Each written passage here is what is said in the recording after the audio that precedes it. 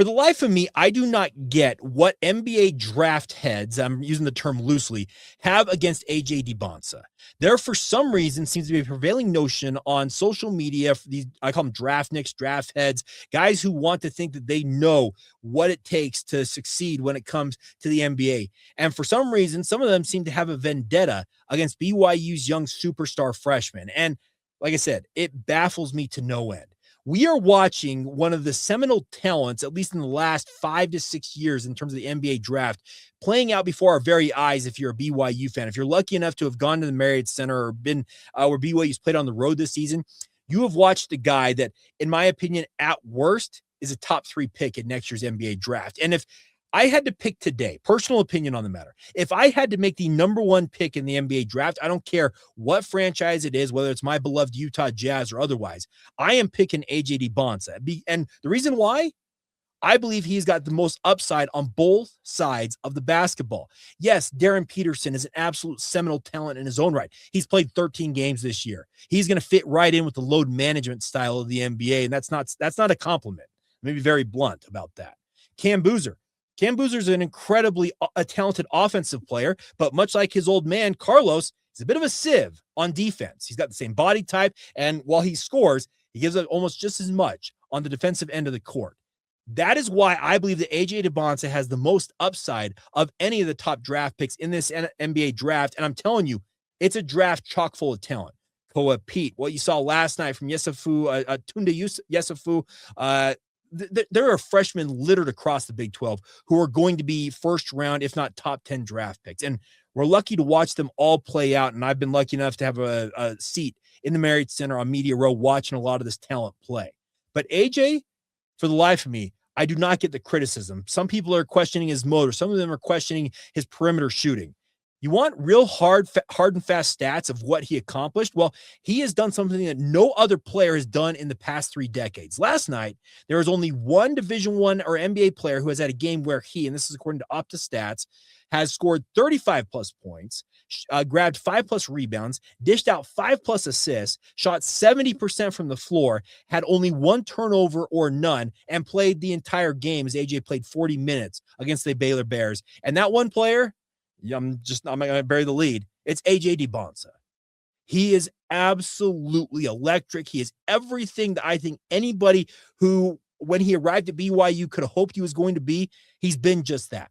Has the winning at the highest level accompanied that with BYU? No, not to this point, but there is still time for that to happen for BYU basketball. But it does not take anything away from what AJ has accomplished in Big 12 play.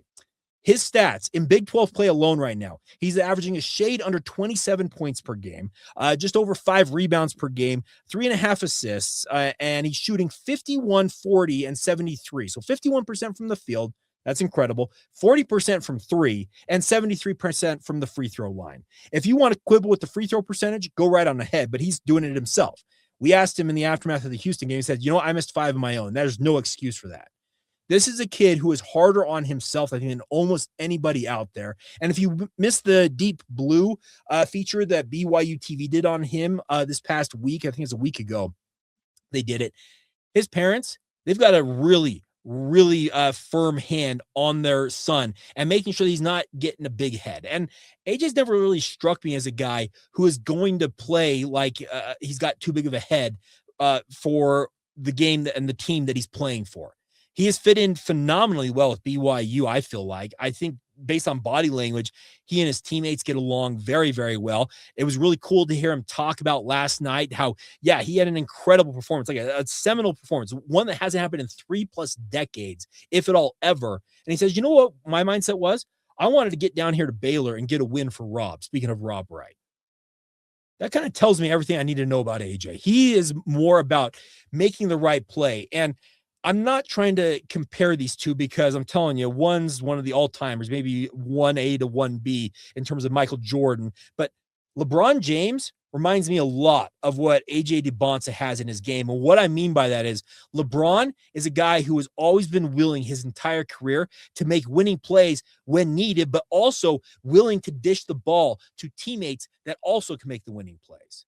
Has it failed him at times? Yes. Yes, it has. There have been some famous moments that LeBron probably should have held onto the ball, but he saw a play to be made and he tried to make it and reward a teammate, and it didn't work out. I see those same shades in what I see from AJ Dybantsa. And I think that anybody who's trying to downgrade him and trying to say that he's not as good as everybody wants to say he is, I don't know where you're getting it from. I'm absolutely floored that that would be your mindset about a young man of this caliber. He's got all the offensive potential in the world. He absolutely gets after it on defense. Is he a perfect defensive player? No, he is not. And I don't think anybody really is at this point in his life, but there are a lot of positive signs. It's phenomenal that he is all of 6'9", 6'10". He handles the ball like a guard. He is able to score at all three levels on the court. As I mentioned, he puts an effort on the defensive end of the court. That was really on display against the Baylor Bears, in addition to the rest of his teammates, and helping BYU find a way in this game.